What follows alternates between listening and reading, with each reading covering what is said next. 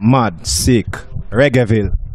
Alright, SummerJam 2014. This is Reggaeville. My name is Munchy, and I am Manalai with one of my favorite artists, and one of the artists I'm really looking forward to see performing tonight, Tanya Stevens. Tanya, how you feel? But I feel good. It really is a nice vibe. So you just come, or you catch some vibes already from the festival? Been here for about a little over an hour and have some really good food. The vibe is really nice. It's always good every year though. It's no different this year. It's really nice. Great. So what I must admit though, I'm speaking about you as one of my favorite artists to see perform, and I hope you take this as a compliment, because what I found even better than your music are the speeches that you do on stage. I always find it very amusing and hilarious. Would you consider yourself a funny person? Oh, I hope so, because I talk so much. It should at least be entertaining. But you know, when people buy a CD or they're watching a video, then they can just watch the music go straight through or listen to the music. But when the band comes and when I come and we perform, it's supposed to be live and it's supposed to be interactive. So we'll have to make it a live experience. Exactly, and it's always very entertaining. Although I must admit, when I told the man them that I was so looking forward to seeing you tonight, they were like, yes, of course you are, because yeah, they said some like men bashing and so forth. Oh, no, I never do such a thing, right? I never bash a man. I do correct the bad ones though. So if somebody feels slighted, then they're a bad person. Alright, scene. But I mean, apart from all the hilarity and all the fun and stuff, you're always also addressing serious issues, right? What would you say is the most dear to your heart subject that you want to share, the message that you want to share with the people then? Oh wow, that's a hard one. That really is, because there's no one topic. Everything that we try to fix is to promote better relations among humans, just to be able to share this planet in peace, and so everything comes right back to that. So that must be the one underlying message. Good. But I know that one issue very dear to your heart is the LGBT community that you're standing up for on many occasions. Why is that subject so dear to your heart? Well, it kind of happened by default, because I do believe in human rights, and I don't believe you can possibly promote human rights without understanding that every single human is equal. And the reason why it's been such a long conversation about the LGBT community, and especially the relationship between them and the dancehall or reggae, is because there's been so much resistance. That's why the conversation is so long and drawn out, But people refuse to see reason, and people refuse to understand that nobody's asking them to agree or to accept a lifestyle. Somebody is saying, "Accept me. This is who I am." Whatever that person is, we respect and accept them just the way they are, because that's what human rights is about. But that's why it seems like it's such a passionate topic, because people resist so much. People need to just stop resisting already, damn it.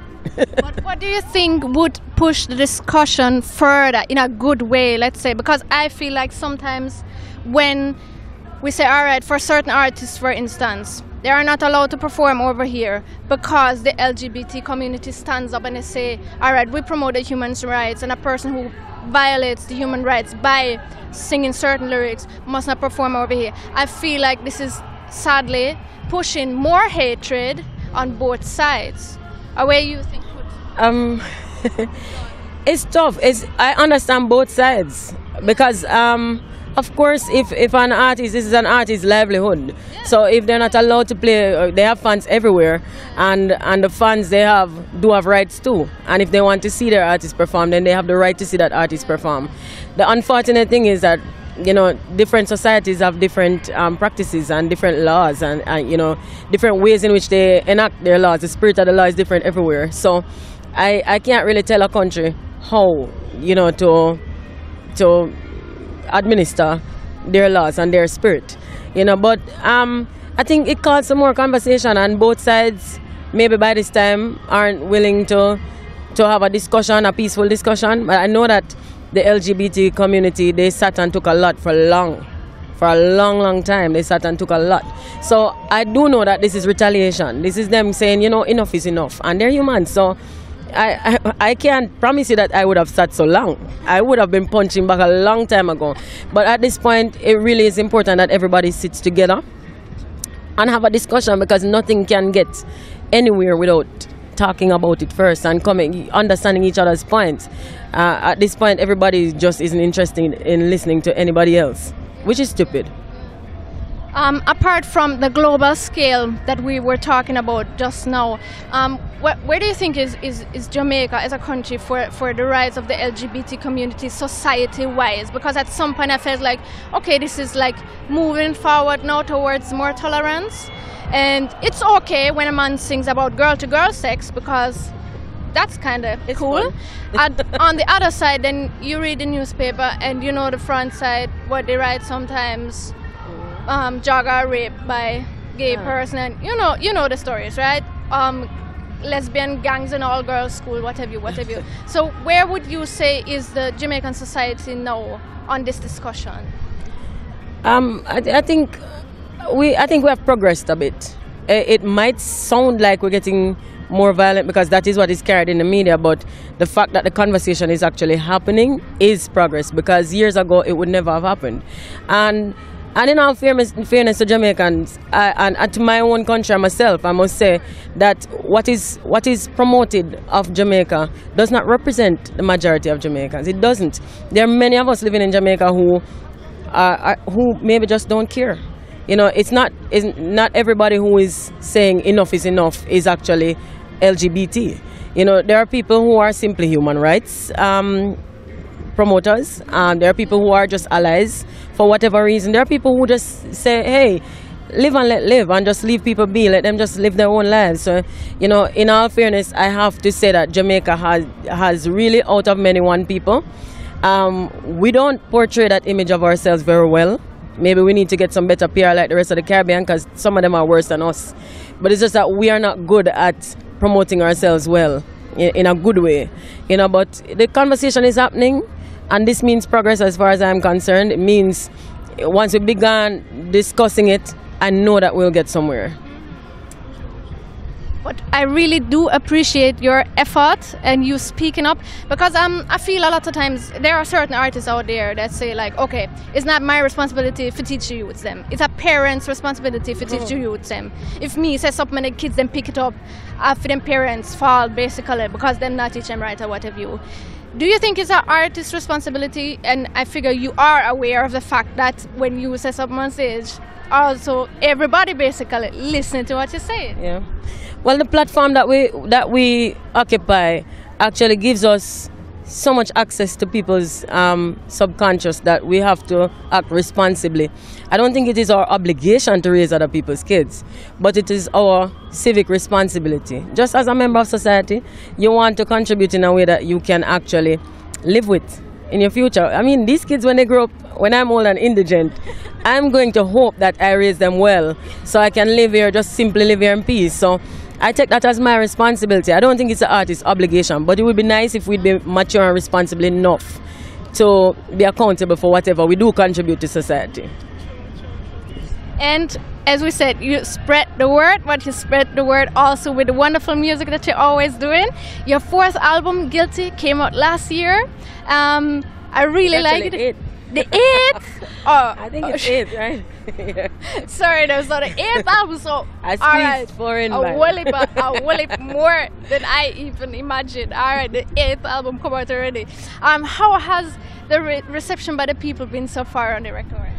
It's actually, the feedback has been really positive. It's been so good.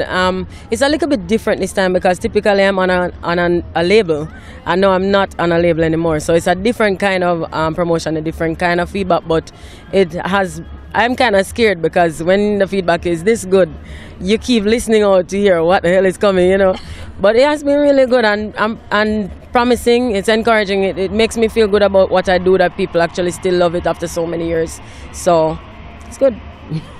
And you know, Sanjay is actually a friend of mine, so I was really glad to hear the combination of it to you two guys. How did that come about? Well, Sanjay is a friend of mine too. What do you know? But we've been talking about doing something together for years, and you know, we've worked together in his other career. You know, he's into TV production and he's behind the scenes. So we've done work on many different occasions, and we keep talking about it because he's a good artist, he's a good writer, and I like to think that I am too. So, you know, we've talked about doing it, but you know, nothing happens before the time, and I feel like if we would have done something earlier, just to do it, it would not have been this organic. It would not have been this nice and natural. So, this is the best thing. Corners of our mind. You're speaking of corners of his mind. Yeah. Really enjoyed it, you know, also the video and stuff. So, yeah. But there is one thing though that people, fans of yours, must be looking forward to, and it has not happened as yet. And I'm speaking about the book. Oh. The book. Talking about the book and book. So what is with the book? I wrote a book so many times, but the thing about, I think the problem with me and writing for literature rather than for music is I'm not writing fiction. So as soon as I have a different thought, then I go back and I change. Maybe I need a boss, somebody to say, you have to hand this over to me by tomorrow or else, because you know it's how I feel about things, and as soon as my feelings change, then it no longer represents me, so I have to go back and change it, and I keep doing that. So it's a book that never ends. You know, it's been finished a few times. Okay. Alright, so we can still hope for it though. I think I'm going to do it because I feel like it represents not just a piece of literature, but it represents me. It's a lot of how I feel about things, and I like to share that because I think conversation really is the beginning of change, and I find that especially where I'm from, the way I think about things is not very popular. So the few of us will have to speak much louder, you know, to get our points across. I don't know if it's right or wrong, but it's another thought, and what we need are some different thoughts right now. So I will do it. So you think the reception of the people will be different when you put your words out in, let's say, written form or in a book, unlike when you sing them? I don't know. I don't try to predict how people will receive anything, because then I don't have any disappointments. But from the anticipation, I think there are people who will like it.